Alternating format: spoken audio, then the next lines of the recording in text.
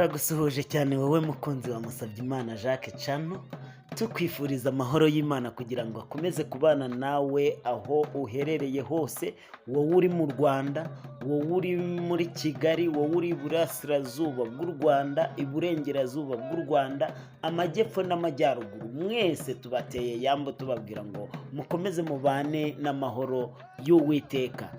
Ntabwo twakwibagirwa aba diaspora, abantu bari hanze y'u Rwanda, aha muri East African Community, harya muri East African Community naho ni mu n'aba diaspora badi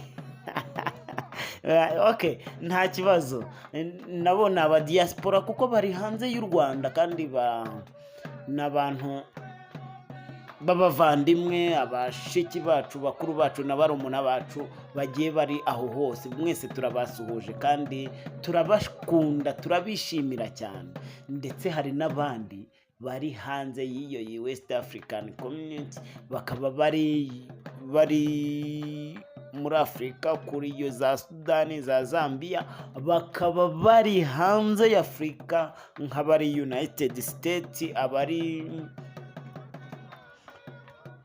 i Burayi, muri Europe n'ahandi no mu Buhinde. Dusigaye tubona abantu badukurikirana. Ni ukuri Uwiteka nakomeze abishimire kandi abahe umugisha.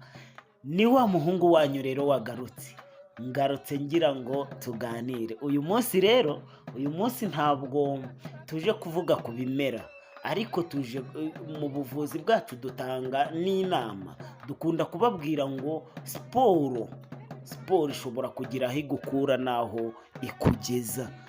Ntiwakora siporo udafite ubuzima bwiza. Banza wivuze ubone kugira. Ngira ngo ubu kano kanya turi mu ntara y'Uburengerazuba mu Rwanda, mu karere ka Rusizi. Ngira ngo murareba bano bana, ubuzima bwiza bafite buri gutuma bakora ibyo mureba. Bamaze gukora itorero ry'igihugu. Ngaha itorero ry'igihugu rigiye guturuka mu karere ka Rusizi, ni Kamembe hafi y'isoko, nk'uko mubireba kuri iri shuri rya IPEC. Ngira ngo mwitegereze neza izi mbyino z'abana bo mu Rwanda. Ni itorero ryiza, itorero riri kugenda ritanga icyizere, itorero rigaragaza yuko ejo hazaza tuzaba dufite ababyinnyi b'umwimerere. Ubundi ubusanzwe ubona yuko imbyino gakondo, imbyino za zindi nyine za kera zari ziri kugenda zicika, zigenda zishira, ariko bano bana barongera kutwibutsa nyirizina uko imbyino za kera zari zimeze. Hari abana bari gutera ukayiyoberwa niba ari abana, ukagira ngo ni abantu bakuru.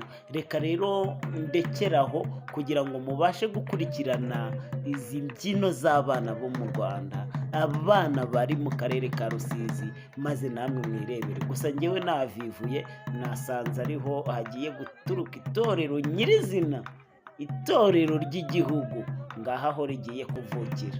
Ngaho namwe nimwihera amaso, maze duhurire muri comment mumbwira ngo gute none ibi koko ibyo uvuga nibyo cyangwa si byo.